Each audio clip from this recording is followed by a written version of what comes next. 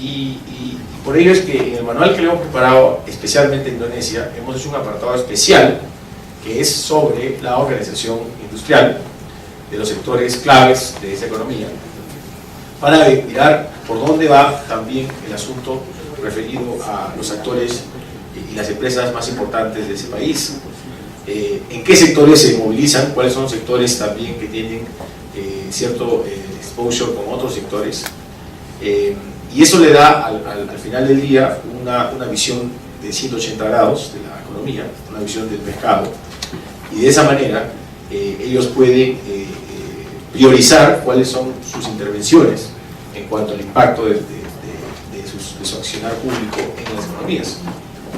Entonces, va más allá, ¿no? Porque normalmente, lo que normalmente se hace a nivel de autoridades de competencia es hacer estudios sectoriales de las condiciones de competencia. Inclusive otras autoridades que no tienen muchos recursos hacen solamente fichas de mercado, hacen muchas fichas, que son básicamente un documento de 2 o 3 páginas donde ponen ahí el mercado, los actores, qué ofertan, qué venden y cuánto venden, etcétera, etcétera. Pero así como un fact profile, ¿no?, de una página. Son fichas de mercado. Otras autoridades que tienen más recursos hacen estudios sectoriales completos, ¿no?, donde analizan toda la cadena de distribución, la cadena de comercialización, la cadena de retailer de un sector determinado. Inclusive dentro de un sector hacen varios estudios sectoriales por producto, por segmento. Por ejemplo, en el caso del sector de electricidad, que es un sector regulado, en el caso de la generación de electricidad, es un tema únicamente manejado por un monopolio natural del Estado. Pero ¿qué pasa no con la generación, pero con la comercialización o la distribución de la electricidad? Ahí es un segmento dentro del mismo mercado que sí hay varios competidores en ese segundo nivel, el eslabón. Entonces, es ahí donde de repente la política de competencia ha detectado ciertas distorsiones en cuanto a esas estructuras que pueden crear o puedan facilitar o, digamos, asegurar una estructura oligopólica que podría eventualmente corregirse. Pero las estructuras oligopólicas pueden ser por fallas regulatorias o pueden ser por fallas del mercado. Entonces, ustedes, para identificar ese tipo de fallas, tienen que realmente hacer un análisis completo de los estudios sectoriales, análisis de barreras de entrada, análisis de los mercados relevantes, análisis de las cadenas, y de esa manera van a tener una visión mucho más específica de un mercado. Nosotros hicimos un estudio hace varios años sobre un sector regulado importante en El Salvador, que era el sector del gas licuado de petróleo, el GLP. No sé si aquí también hay. Sí. Y ese sector, luego compartí con ustedes este estudio, año 2008, hablaba de una serie de problemas que la autoridad tenía como algo, digamos, como indicios relacionado a la comercialización del GLP y además de la entrada de importadores a El Salvador que no necesariamente, digamos, tenían una visión de competir, ¿no? Y después este estudio había, digamos, establecido por la entrada de estos nuevos actores internacionales, bueno, centroamericanos, fuera de El Salvador, una estructura duopólica y que estaba solamente en un segmento, que era la comercialización del GLP y la distribución. En el caso de la generación estaba bien claro la situación, y entonces lo que generó fue que el problema no era en realidad el mercado, sino las fallas regulatorias. El Estado había creado ciertas regulaciones, ciertas reglamentaciones que facilitaban esa situación en la cual las barreras legales estaban muy claras. Había barreras legales para competidores potenciales. Entonces, no solamente es las fallas del mercado que dan una situación concreta de mantener una estructura oligopólica de forma ineficiente, sino también hay fallas del Estado, fallas regulatorias. Y eso es a veces un tema que debemos trabajar sobre la base de una objetividad, porque ustedes son parte del Poder Ejecutivo y evidentemente decir que una norma u otra norma está creando situaciones o manteniendo situaciones oligopólicas eso también es bastante delicado. Entonces, es un tema que se debe estudiar mucho, muy a profundidad con los sectores. Por eso los estudios sectoriales ayudan muchísimo a ver estos temas y dan la posibilidad de un análisis no solamente de cultura de la competencia, porque tú puedes diseminar los resultados de los estudios, ¿no? Tú diseminas los resultados de los estudios con la prensa, con los sectores, con las compañías, con las empresas, y de alguna manera sube el nivel de análisis y de prestigio de la autoridad, porque no solamente está sancionando, sino también está previniendo promoción de la competencia. Y los estudios sectoriales es un arma muy importante. Claro, hay que tener recursos para hacerlo, ¿no? Pero yo creo que es una arma muy importante, sobre todo en los primeros días de trabajo de la autoridad, hacer estudios sectoriales sobre la base de primero ustedes hacen un análisis macroeconómico del país y ver por dónde van a atacar. Y una vez que lo tienen bien claro, ya empiezan a determinar sus estudios y prioridades en cuanto a los sectores. Es lo que hicimos, por ejemplo, en Nicaragua cuando inició la autoridad de competencia. Hicimos 4 estudios sectoriales importantes para Nicaragua.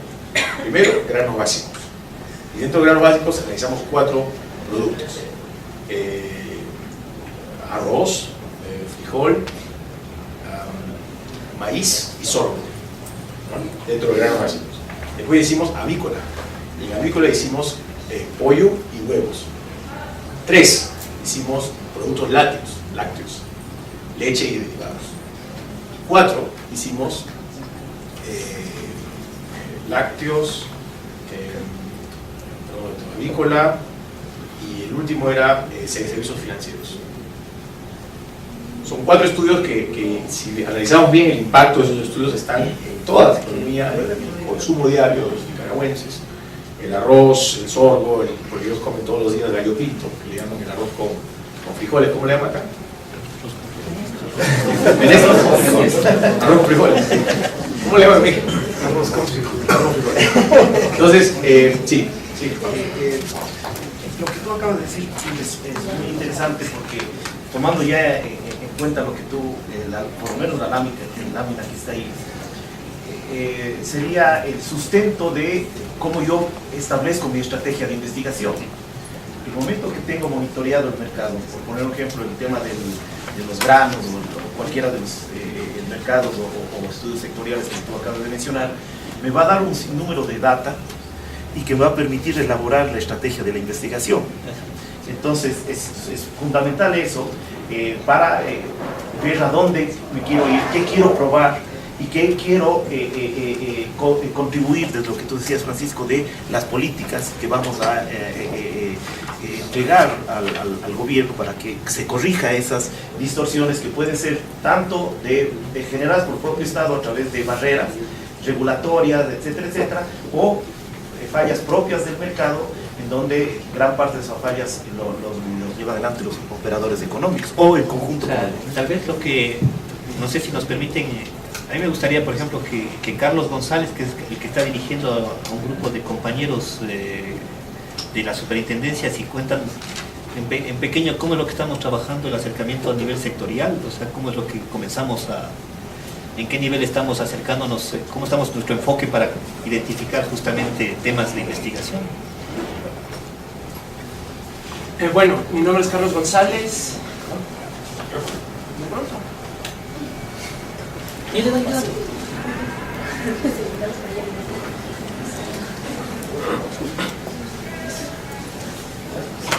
Bueno, un buen día con todos. Mi nombre es Carlos González, soy director de acuerdos y prácticas restrictivas. La forma en que nosotros primero estamos abordando es ver una concentración sectorial. Entonces, a través de la información del censo, estamos sacando la concentración con el índice, con el IHH, con el Herfindahl-Hirschman, y a partir de eso nosotros comenzamos a ver las industrias más concentradas, y hacia abajo comenzamos a través de información cualitativa sobre el número de empresas, cómo compiten, si los productos son homogéneos, si es que existe un control estatal de precios, si los patrones de precios son estables. Comenzamos a evaluar cualitativamente el sector a partir de la primera priorización de los sectores. Esa es la metodología que estamos utilizando actualmente. Bueno, son algunos otros ejes que estamos utilizando, por ejemplo, si es que existiría una potencial guerra de precios, o si es que hay peligro de integración vertical. O sea, son varios indicadores cualitativos, pero todo nace a partir de la concentración de la empresa. Es la metodología que estamos ahorita usando para priorizar sectores. Una pregunta, ¿son estudios sectoriales o son simplemente briefings, como le llaman? O sea, básicamente un análisis pormenorizado de un sector, pero que no va más allá de una estructura de estudio, como nosotros normalmente hemos hecho en el programa COMPAL, que es hacer un análisis de las políticas, análisis de la cadena de valor, análisis de los pequeños mercados relevantes que salen, análisis de las prácticas no corroboradas, de indicios no corroborados de prácticas anticompetitivas y conclusiones, recomendaciones de política y de posibilidad de investigaciones futuras. ¿Eso están haciendo o simplemente es agarrar un pequeño segmento y aplicar, por ejemplo, el HHI y otros mecanismos y cosas así? Bueno, como principio estamos abordando de esa manera lo que sería un estudio prospectivo. Estamos abordándolo de esa manera. Obviamente a través del análisis cualitativo estamos tratando de seleccionar sectores en los cuales vamos a profundizar en el estudio. Que ya tenemos algunos definidos, hacia dentro de la Intendencia de Abuso de Poder de Mercado. Pero en todo caso, obviamente siempre hay que hacer un análisis un poco más aterrizado, pero tenemos un par de sectores de los que estamos trabajando y en los que estamos haciendo ejercicio inclusive de ya determinar mercado relevante, bueno, a través del método cuantitativo. Ok, perfecto. Entonces, los estudios sectoriales es un arma muy importante. Gracias. Y yo creo que sería importante también algunos de los estudios después de ese sondeo que está haciendo puedan hacerse un estudio propiamente dicho completo, ¿no? Para que eso le sirva a sus actividades de abogacía concretas en el sector, que de repente pueda generar inclusive mayor impacto que una propia investigación. Porque el estudio sectorial es transversal, es macroeconómico, es de políticas que van a destinar a que la política de competencia mejore, o sea, la solución de competencia en el sector. La investigación es frente a una conducta específica, que evidentemente tiene que corregirse, pero la política tiene un impacto mucho más grande, sobre todo en políticas complementarias, como la política industrial, la política de oferta exportadora, la política comercial, de apertura comercial que tiene, la política de inversiones. Son políticas que están relacionándose siempre con la política de competencia, a nivel de políticas públicas, y no a nivel de investigaciones, porque investigaciones sí, es como se dice la última ratio, ¿no? La última ratio para que ustedes pongan multas, porque si no se va a tener una sensación quizás un poco en principio desequilibrada de lo que podría suceder con el impacto que tienen los actores económicos al principio de una autoridad. Entonces es un tema que sí. Sí, sobre el tema de estudios sectoriales quisiera platicarles una experiencia en México, porque creo que a veces pueden tener implicaciones más allá de lo que uno prevé. Es algo que nos pasó a nosotros cuando hicimos un estudio del sistema de ahorro para el retiro que existe en México, que recientemente se cambió, y sus implicaciones en la sociedad, y demostrábamos que el sistema no estaba funcionando. El problema era que con esta opinión pues nos estábamos enfrentando a todas las políticas del Ministerio de Hacienda y a toda una política que llevaba varios años proponiéndose por el gobierno que estaba en turno. Entonces lo que sucedió es que de un día para otro nos hicimos enemigos de todo nuestro gobierno, porque realmente estábamos pues pisando los peores callos, ¿no?, que podíamos pisar en el gobierno federal, y esto trajo como resultado un enfrentamiento de varios años. Nos creamos importantes enemigos que a la larga nos repercutió, por ejemplo, en que no nos daban información del Departamento de Aduanas, que nos era relevante, que no nos daban ciertos estudios que necesitábamos para hacer otro trabajo que teníamos de aplicación de la ley, etcétera. Entonces, creo que fue un error de parte de la Comisión no prever este efecto que iba a tener la publicación de este estudio, que estaba bien hecho y era un análisis técnico sólido, pero que no medimos las implicaciones políticas de sacarlo, ¿no? Entonces creo que es algo a tener en cuenta en estos estudios sectoriales. En lo que acaba de decir el compañero Pierre, a mí me interesa mucho este enfoque de cadena, que es fundamental, porque en la medida que estoy observando me doy tiempo para observar estas cosas, hay un fenómeno que me preocupa a mí en el Ecuador, que es el proceso de la integración, de la interdependencia que generan los grupos económicos, o sea, ¿cómo es lo que se llama ese conglomerados? O sea, la creación de conglomerados controlados por un mismo grupo. Y eso no necesariamente es ventajoso, o sea, a veces reduce mucho las posibilidades. Recordemos que para el país, para el Ecuador, es fundamental el ampliar las posibilidades de generación de empleo y de ingresos. Y entonces estos fenómenos esos comportamientos y estas estructuras, la bondad o el perjuicio que pueden generar estas estructuras tienen que medirse sobre estos objetivos sociales que tenemos grandes de transformación productiva. Entonces, esto al análisis sectorial me parece que incluso, no sé si hay otro nombre, pero no solamente es el sector, es cómo se inserta ese sector en el conjunto de la economía, ¿no es cierto? Ya es una suerte de matriz de insumo producto que tenemos que estar mirando.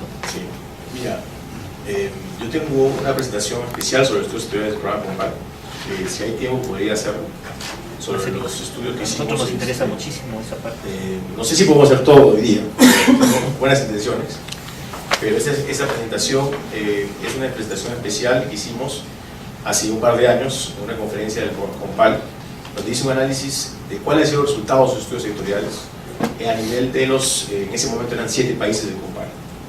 Es un análisis transversal de los principales estudios, sus resultados y las lecciones que hemos aprendido de esos estudios.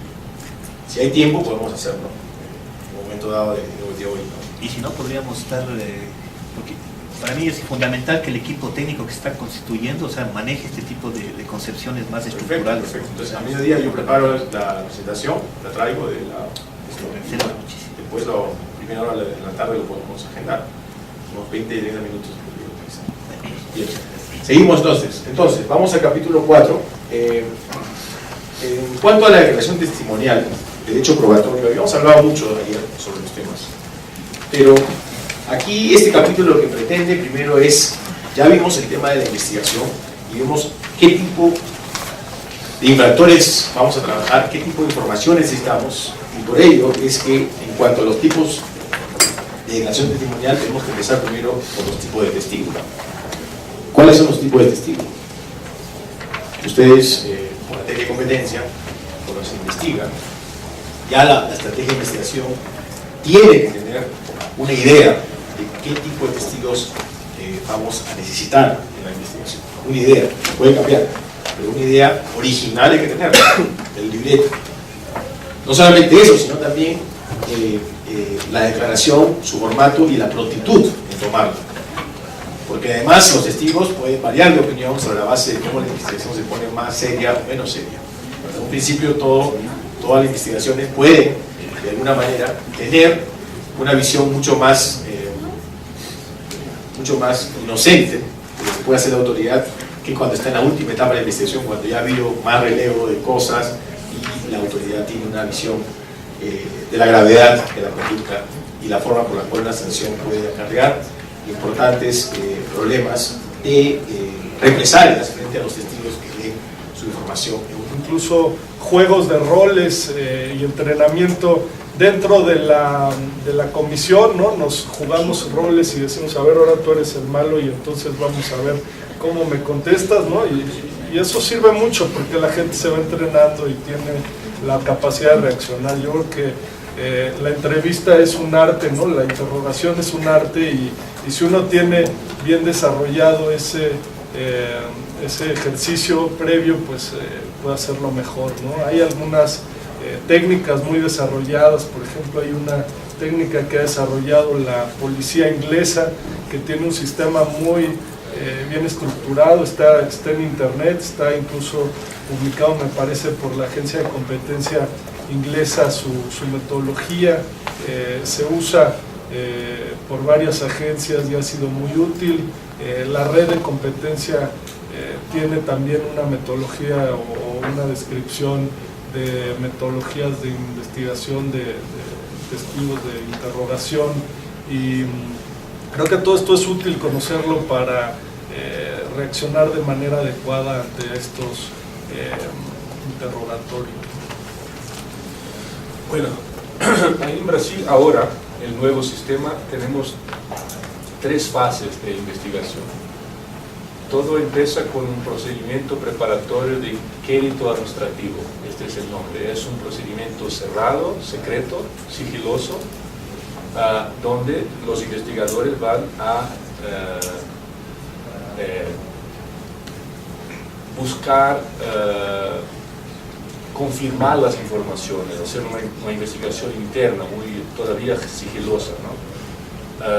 Ahí tiene un tiempo, la nueva ley da a los investigadores un tiempo máximo de 30 días para hacer diligencias, ¿no? Para buscar informaciones.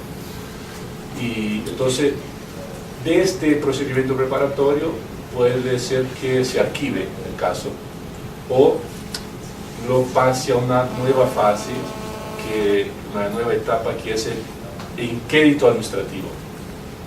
Este inquérito administrativo es un procedimiento investigatorio de naturaleza inquisitorial.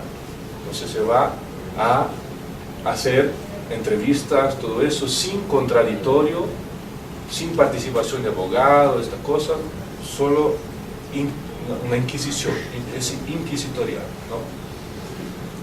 Hay un plazo también y se puede llegar a la conclusión que no hay confirmación de información, entonces se cierra la investigación o se pasa a la última fase, la última etapa, que es el proceso administrativo. En el proceso administrativo, ahí sí es amplia defensa, contradictorio y todo eso. Yo tengo una consulta. Una vez que cierran esta etapa administrativa, todas las pruebas o testimonios obtenidos ahí, sin presencia de abogado, como comentaba el caso de México y demás, ¿cómo aplican ustedes respecto de la justicia jurisdiccional o la fase jurisdiccional? Por ejemplo, si tú cierras, ¿tú archivas la investigación o no? ¿Tú continúas? Continúas. Ok. Bueno, estas pruebas que fueran utilizadas en la fase secreta van a estar disponibles para las próximas etapas, ¿no? Pero si no han sido obtenidas con los criterios que da la norma. Ah, no, sí, con los criterios. Solo el segredo, el sigilo, es para que los agentes, las empresas involucradas, las otras empresas del mercado, no sepan qué se está pasando, no sepan de la investigación. No, las empresas investigadas no quieran destruir pruebas, no quieren tomar actitudes contrarias a la investigación. Pero las pruebas que están utilizadas en la fase sigilosa, bueno, algunas van a quedar ahí el procedimiento para después, y otras no, pero esas que no fueron utilizadas fue porque no eran buenas y no hay discusión sobre ellas. Quizá a modo de símil, para que quede más claro, sería algo así como la etapa del proceso penal, la etapa de instrucción fiscal, en la cual uno tiene acceso como tercero, tú tienes acceso al proceso, sino solamente en que se hace la se pasa la etapa de juicio de ventas. Entonces, quizás sea eso para aclarar cómo podría ser que se tiene secreto, que uno tiene acceso, pero las pruebas me parece más en general, de acuerdo a las garantías procesales, digamos, constitucionales.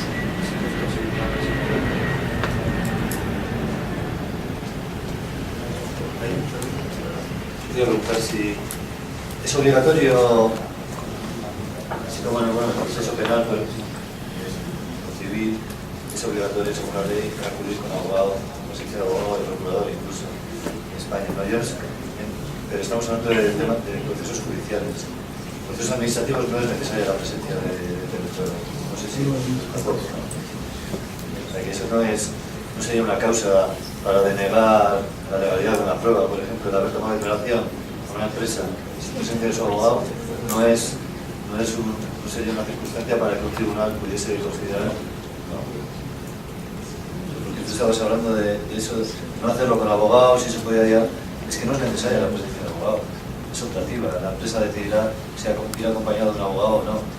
Al ser un procedimiento administrativo, la ley no obliga. Lo que sucede es que en nuestra norma constitucional, dentro del debido proceso, implica que necesariamente cuando se da un testimonio o una declaración, tiene que contar con la presencia de un abogado. Igual la normativa de regulación y control del poder del mercado determina su forma. Tiene que ir acompañado de abogado. Entonces ya es un requisito legal, de ahí, claro. eso dependerá de la norma. Si la norma lo exige, pues sí. Pero en España no es necesario. De hecho, nosotros hemos tenido asuntos, hemos llegado a una resolución final de sanción, y es ahí donde la empresa ha dicho, pero bueno, usted no se ha defendido debidamente. Usted ha venido aquí pensando que lo sabe todo, que viene aquí a justificar algo que es injustificable desde el punto de vista del derecho a la competencia. Igual desde su punto de vista es muy justificable, pero desde el punto de vista de la ley no.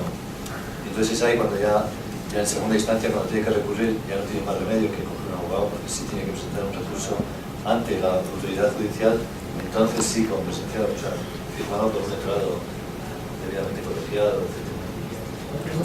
En este sentido, querría decir que la declaración del representante legal o procurador de una empresa no vale. Sí, como el abogado no vale. Gracias. Bien, bueno, el siguiente tema, no sé si sobre esto cabe decir algo más acerca de lo que es la declaración. El siguiente tema que tiene previsto aquí es el tema de las entrevistas. Las entrevistas que se pueden realizar a las partes o incluso a testigos también, ¿no? Evidentemente hay una serie de técnicas para realizar las entrevistas. Por eso las entrevistas tienen que ir dirigidas a obtener una serie de información, unos resultados que luego sirvan, sean útiles para toda la investigación que se está realizando, ¿no? Entonces es un elemento importante. En las jurisdicciones México-Brasil, ¿tenéis algún tipo de tecnología o utilizáis? Bueno, por supuesto, imagino que grabaréis las entrevistas, eso es algo que obviamente hay que hacer, porque luego a la hora de probar determinados elementos, pues hay que tener una prueba bien escrita o bien que venga en algún tipo de soporte, ¿no? Sí, nosotros las grabamos solamente en cassette, en audio. Lo que he visto en otras jurisdicciones, no sé cómo es en Brasil, pero es que incluso los graban con video y está muy bien armado el salón donde se hace este tipo de entrevistas. Yo creo que eso ayuda mucho, ¿no? En nuestro caso, como está distribuidas las salas donde hacemos esto, pues distrae a la gente, no se lleva bien una entrevista. Yo creo que si tienen la posibilidad de armar un salón para hacer este tipo de entrevistas o comparecencias, vale la pena, ¿no? Sin duda el uso de tecnología y grabarlas es muy útil. También ayuda a que la persona no pueda cambiar su testimonio, sobre todo cuando decía Pierre, pues qué pasa si se niegan a firmar, ¿no? Pues eso se resuelve si se graba, ¿no? Esa es un poco la situación. Estoy de acuerdo con Carlos. En Brasil no hacemos todavía también grabación de imagen, solo de audio, pero ahí en Europea hacen mucho, ¿no? Hacen incluso para la clemencia. Sí. Para la clemencia graban las imágenes, todo, y la dejan sigilosa después, ¿no? Todo este paquete de imagen, de audio, de vídeo, la hacen sigilosa. Carlos, en el caso de la clemencia, ¿no? Sí. Sí. Y en el caso de que no se grabe, sino que se adopte, si se toman apuntes, con esos apuntes, ¿qué validez tienen esos apuntes a la hora de la investigación? Bueno, ahí también yo diferenciaría entre clemencia y hacerlo durante la investigación, ¿no? En el caso de la clemencia, también nosotros, si tomamos notas, los investigadores las consideraríamos secretas o confidenciales y las guardaríamos por expediente separado. En el caso de las notas que se toman durante la investigación y durante las comparecencias dentro de la investigación, estas son parte del expediente y forman parte de los documentos que pueden revisar las partes en adelante.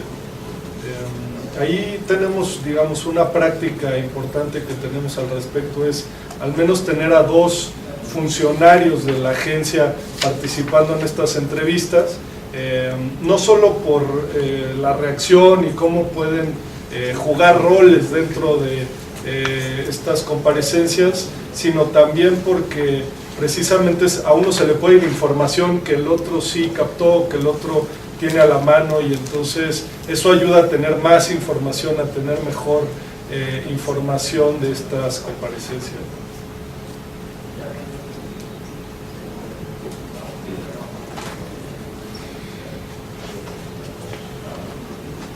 Bueno, desde las notas que tiene aquí, que aparecen en el manual, se refiere también a cuáles son las características que se deben tener en cuenta, ¿no?, en las entrevistas. Se habla de tener bien en cuenta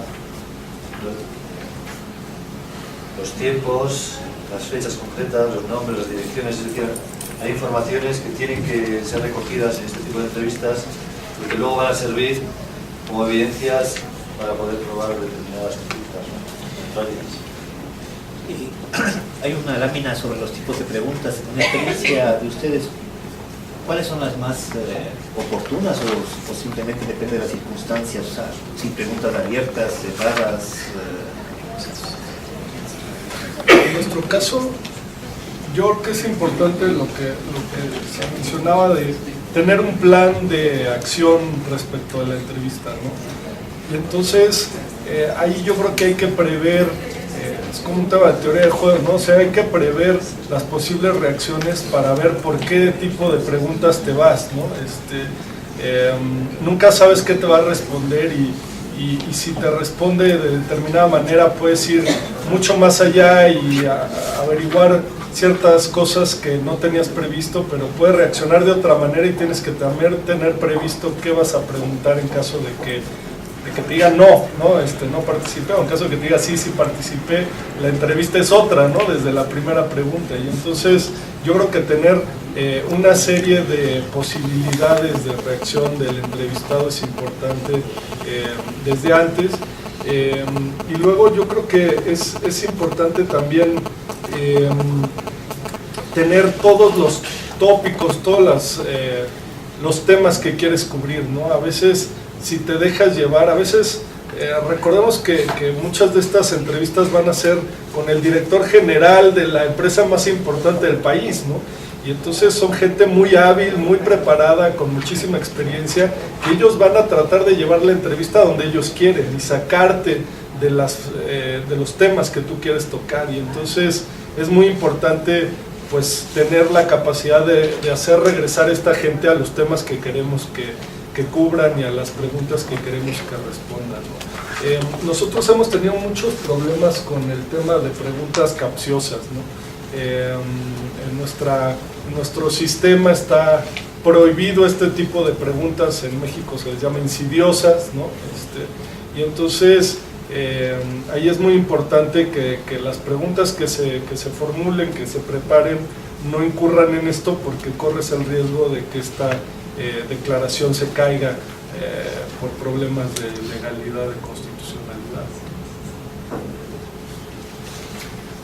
Sí, no, yo estoy de acuerdo con Carlos. Por ejemplo,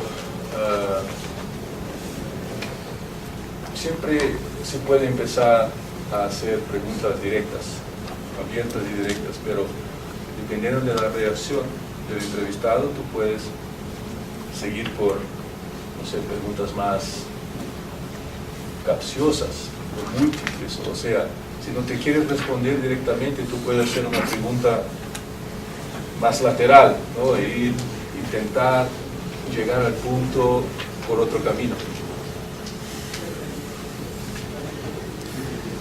Perdón, entiendo que, quisiera saber si estoy en lo correcto, porque para mí una entrevista tiene que prepararse sobre la base de hipótesis que se está trabajando y por lo tanto del enfoque teórico o metodológico que queremos desarrollar y lo que nos hemos hablado ayer, digamos. Entonces, si esta es mi hipótesis y este es el enfoque desde donde voy a mirar las cosas, tengo elementos que son probatorios o no probatorios. En función de eso preparo las preguntas. ¿Eso es correcto? ¿El proceso es?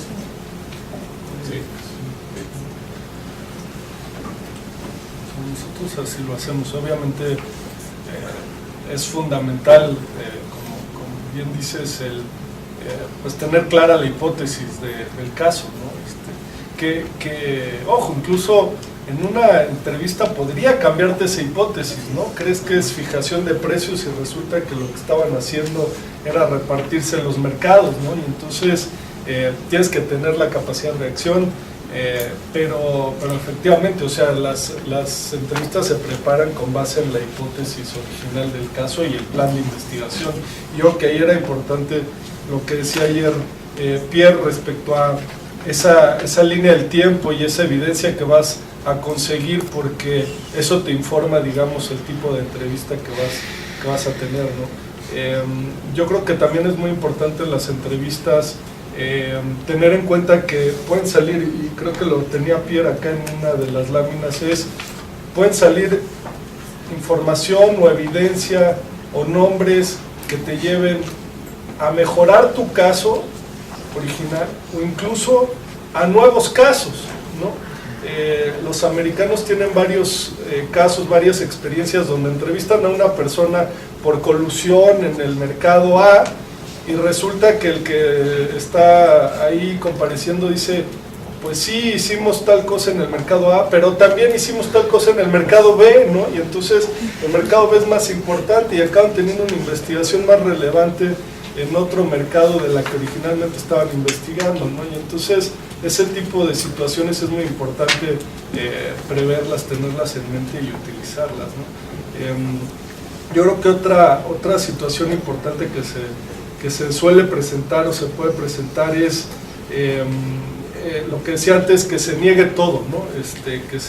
Que se trate de mentir, que se trate de negar, y yo creo que ahí es importante tener herramientas para primero para percibir a las personas. No sé si en el sistema legal ecuatoriano hay alguna consecuencia de mentirle a la autoridad. Yo creo que es bien importante hacérsela notar directamente a esa persona, incluso antes de empezar la entrevista, decirle, a ver, usted conoce que si usted nos miente puede pasar 10 años en la cárcel, y entonces eso ayuda mucho, ¿no?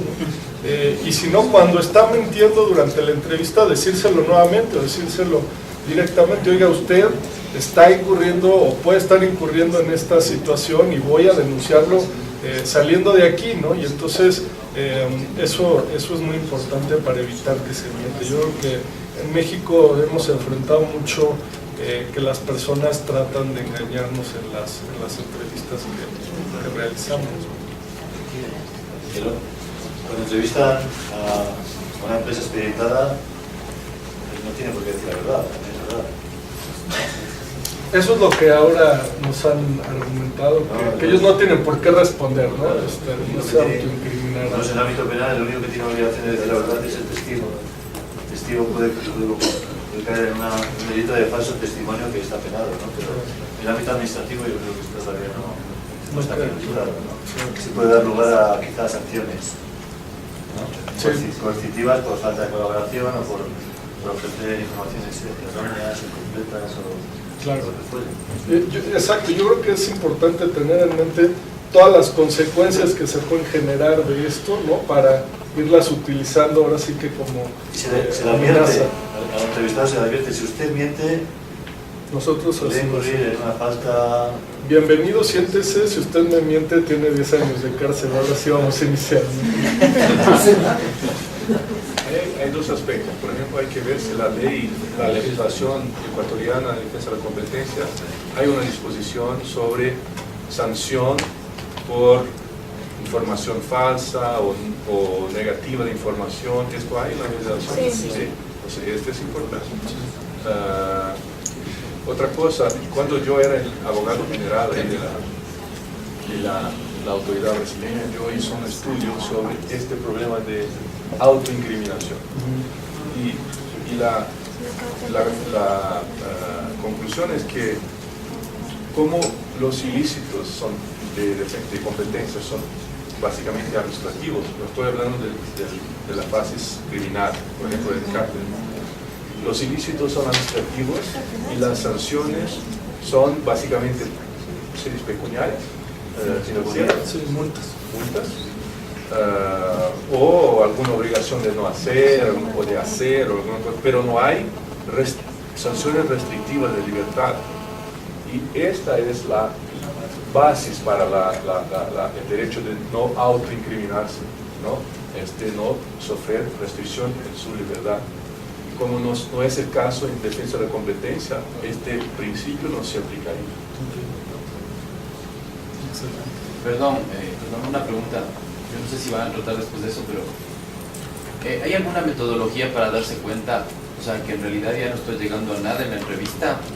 Espero 10 minutitos más, o este man no va a decir nada, ya termino ahora, me voy por otro lado, o sea, no sé si hay eso en realidad para terminar y no perder el tiempo con alguien, o darme cuenta que de pronto si cambio las preguntas me va a decir algo más.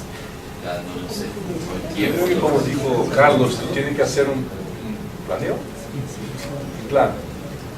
Bueno, y si a una cierta altura de la entrevista no se va a ningún lugar, entonces tú tienes que tener una plan B o C.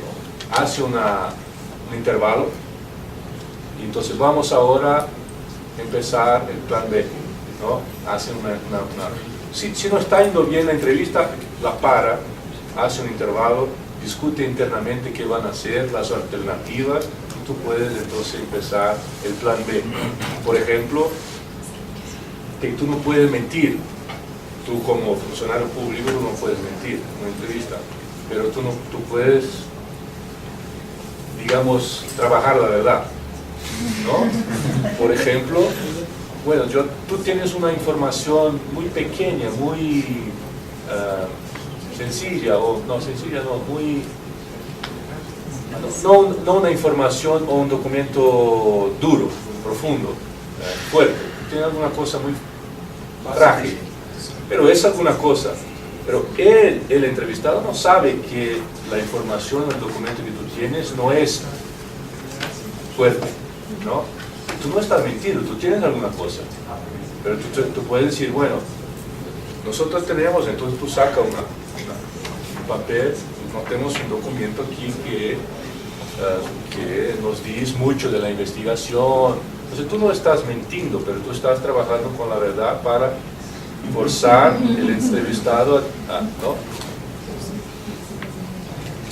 Nosotros, justo lo que dice Fernando, o sea, lo que hacemos es hacer un descanso, tomar 10 minutos y rehacer el plan, ¿no?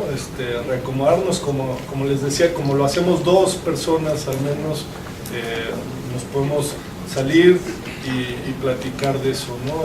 Cómo volver a reencauzar la entrevista, y el uso de los documentos que menciona es básico, ¿no? Eso cambia toda la dinámica de una investigación. Cuando tú le dices, a ver, aquí está el correo, aquí está el documento, pum, ¿no? Se ponen fríos y entonces empiezan a aclarar cosas. Y otra situación es, si en la parte, digamos, medular de la investigación no van a cooperar, pueden empezar a darte información de otros detalles que para ti pueden ser relevantes, ¿no? Quizá no tan importantes como la declaración original que esperabas de esa persona, pero te puede aclarar, por ejemplo, que si hay una cámara de comercio, que si ahí conoce o no a X o Y personas, que si hay otras situaciones que te pueden servir. Yo no desperdiciaría nunca una oportunidad de comparecencia, por poco que parezca, quizá después cuando tienes todo el cúmulo de evidencia y de pruebas, es relevante algún detalle que te dio uno de los comparecientes, ¿no? Llévala al final y algo saldrá. Y sobre eso, o sea, lo que voy a decir no es un chiste, y en realidad espero que no se ofendan las mujeres aquí, pero por ejemplo podría ser un plan B de pronto, porque, o sea, yo pienso que entrar uno a una entrevista y que un tipo con mala cara le ve y le diga, o sea, si no me respondes la verdad te vas 10 años a la cárcel o algo por el estilo. Porque el plan B de pronto, digo, no sé, o sea, no soy realmente yo de leyes ni nada de eso, pero el plan B podría ser de pronto que cambio de entrevistador, le pongo una chica muy simpática. Por eso digo, no es un chiste en realidad, o sea, es una pregunta, es una curiosidad que me surgió. O sea, el cambio de entrevistador, le pongo una chica ahí donde las cosas puedan ser un poco más relajadas y la persona pueda abrirse un poco más, preguntar las cosas, o sea, no sé, no, en realidad puede ser un equipo de entrevistadores, 2, 3, y usted pueden cambiar después del intervalo, no sé, puede ser así, poner a alguien más agradable o el contrario, alguien más duro, no sé, depende de la situación. Me interesaría mucho si ustedes nos explican los referentes legales que ustedes tienen en caso de que en la parte de instrucción, dijiste, o sea, la parte más leve, ¿no es cierto? O sea, la que uno está comenzando a indagar. Si uno invita a un operador económico y no asiste, ¿cuál es la acción que tiene que tomar? ¿Les faculta la ley a tomar a ustedes? O sea, el rato que ustedes han invitado y no asisten. Algo creo que es parecido a lo que ustedes tenían. Nosotros les podemos multar por cada día en el que no se presenten, con una multa de apercibimiento le llamamos, y entonces cada día que pase sin que se presenten se le impone esa multa. O sea, pero el caso nuestro concreto es, o sea, no es una investigación así específica, sino es para poder sondear las situaciones o las condiciones de mercado, y también tenemos el agravante de que estamos recién comenzando, ¿no es cierto? Yo estoy aludiendo como autoridad que tal vez es desconocimiento, no necesariamente malintencionado, de la autoridad que se tiene. Lo que se ha recomendado a los incidentes es que se envíe otra carta más fuerte, más clara sobre la ley, los artículos a los que ellos están infringiendo, y bueno, o sea, que tomen más en serio una convocatoria, ¿no? Pero ¿tiene la obligación esa persona de presentarse? ¿Legalmente tiene la obligación? Entiendo que sí, que cooperar con autoridades. Cooperar, o sea, hay una obligación. En caso contrario, existen sanciones que pueden aplicarse posteriormente, a veces trabajos de investigación, o sea, eso no sucede ahorita en México ni en Brasil. Sí, sí. ¿Así? Por ejemplo, no es solo a quien involucrado en un proceso, o sea, parte en el proceso que tiene esta obligación de prestar información, toda la gente, o sea, la autoridad tiene la posibilidad de escoger quién van a ser las fuentes de información, y estas personas o esas firmas, o sea, tienen la obligación de prestar información, mismo que no sean parte en un caso.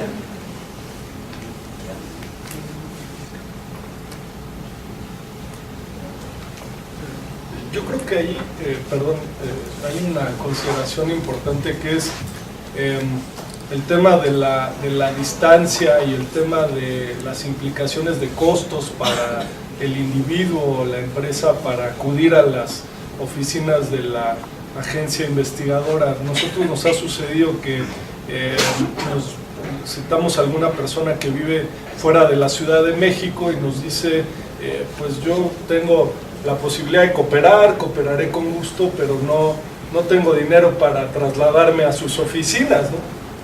Que es válido, ¿no?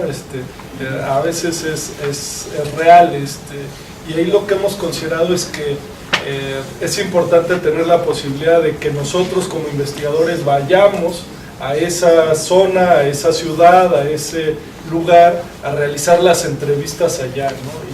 Y es importante prever esto desde el tema de presupuesto hasta el tema de cómo va a ser esto logísticamente, cómo hacerlo, cómo citarlo, en dónde, qué oficinas, en fin, es importante. Por ejemplo, aquí en la ley brasileña dice así: la recusa, omisión o retardamiento injustificado de información o documentos solicitados por la autoridad constituye infracción punible con multa diaria de $2.500, pudiéndose aumentar hasta 20 veces si es necesario para garantir su eficacia en razón de la situación económica del infractor. Y después, tratándose de empresa extranjera, porque yo sé si de quién vas a cobrar si es extranjera. Tratándose de empresa extranjera, responde solidariamente por el pagamento de la multa su filial, sucursal, escritorio, despacho o establecimiento situado en el país. También para la falta injustificada del investigado o de terceros cuando intimados para prestar esclarecimientos en el curso de una investigación, sujetará al faltante a multa de $250, hasta $7.000 para cada vez que faltó. Para cada vez que faltó. Sí, en España también se considera una obstrucción a la investigación y por lo tanto puede conllevar multas coercitivas. No recuerdo exactamente el montante, pero bueno, es una falta leve.